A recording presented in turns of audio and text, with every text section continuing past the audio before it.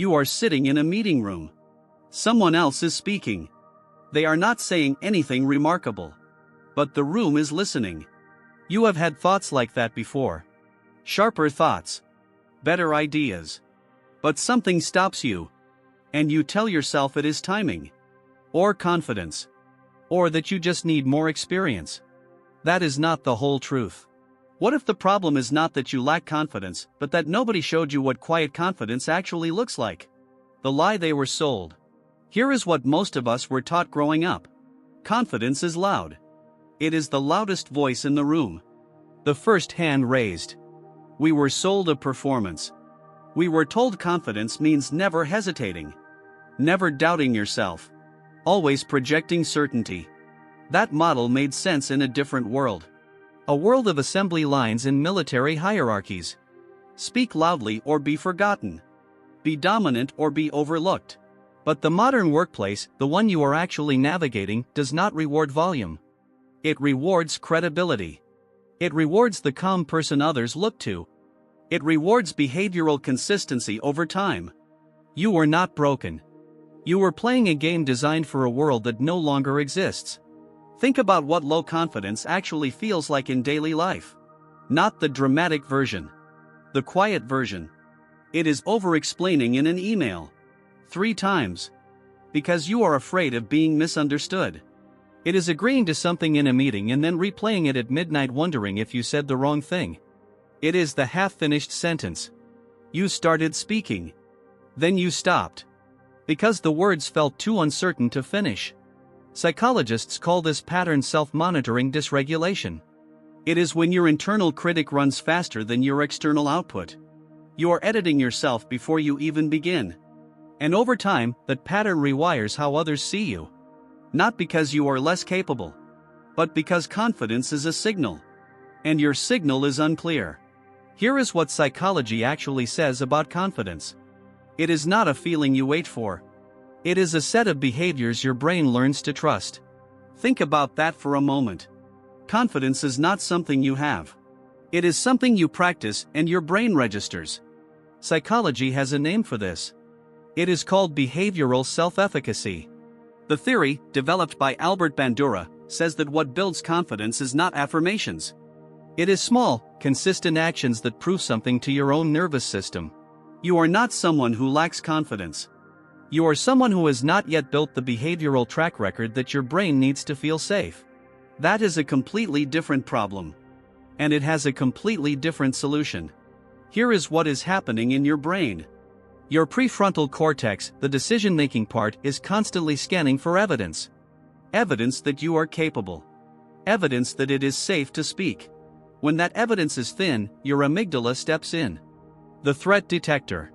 It reads social situations as danger. And it pulls you back before you move forward.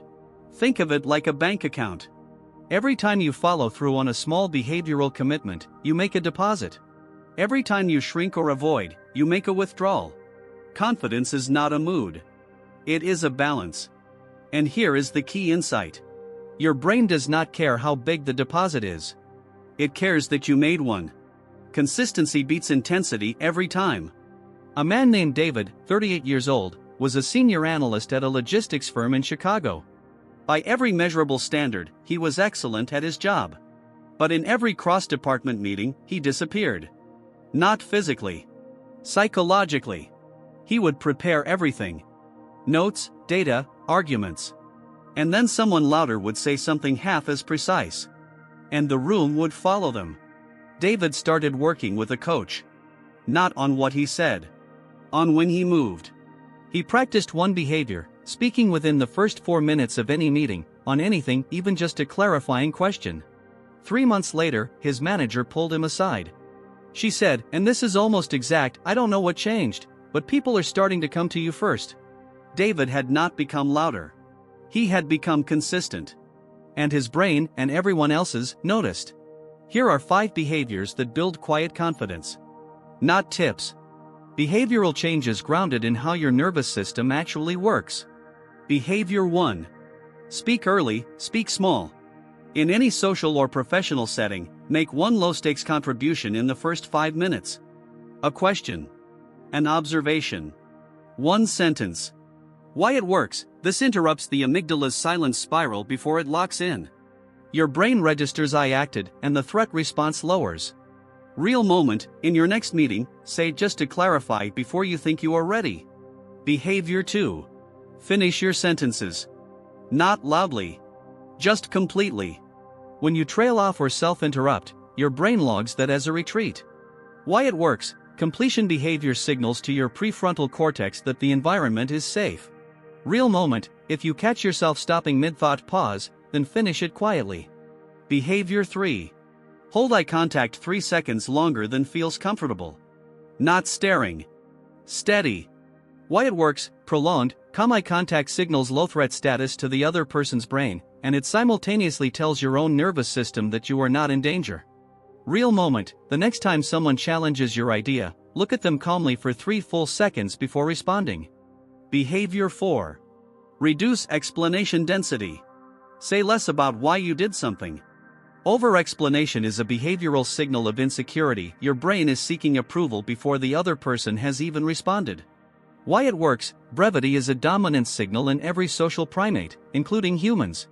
Real moment: next time you send an important email, remove the last 2 justification sentences. Notice what changes. Behavior 5. Make and keep micro-commitments to yourself. Not large goals. Tiny daily acts you promised yourself and followed through on. Woke up when you said you would.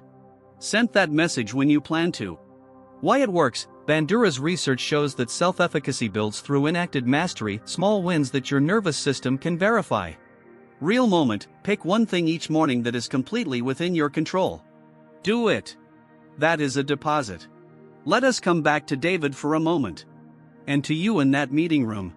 The reason quiet confidence is so powerful and so rare is that it is not a performance. It does not need an audience to exist. It is the behavioral equivalent of a deep root system. You cannot always see it. But when something pushes against you, a difficult conversation, a challenge, a room full of skeptics, you do not fall. Because the ground beneath you has been built deposit by deposit. Behavior by behavior. Your past uncertainty was not weakness. It was a nervous system doing exactly what it was designed to do. Protect you. In the absence of evidence. You are building that evidence now. There will be another meeting. Another moment where the room goes quiet and someone needs to speak. This time, you will know something most people in that room do not. Confidence is not a personality trait you were or were not born with. It is a practice. And the most powerful version of it, the version that makes people come to you, trust you, listen to you, is quiet. It does not announce itself. It simply shows up. Every day. Consistently. If something in this video felt like it was written specifically for you, it probably was. Leave a comment below. Tell me which behavior you are starting with. I read every single one. The person you are becoming started a long time before you noticed. You are already further along than you think.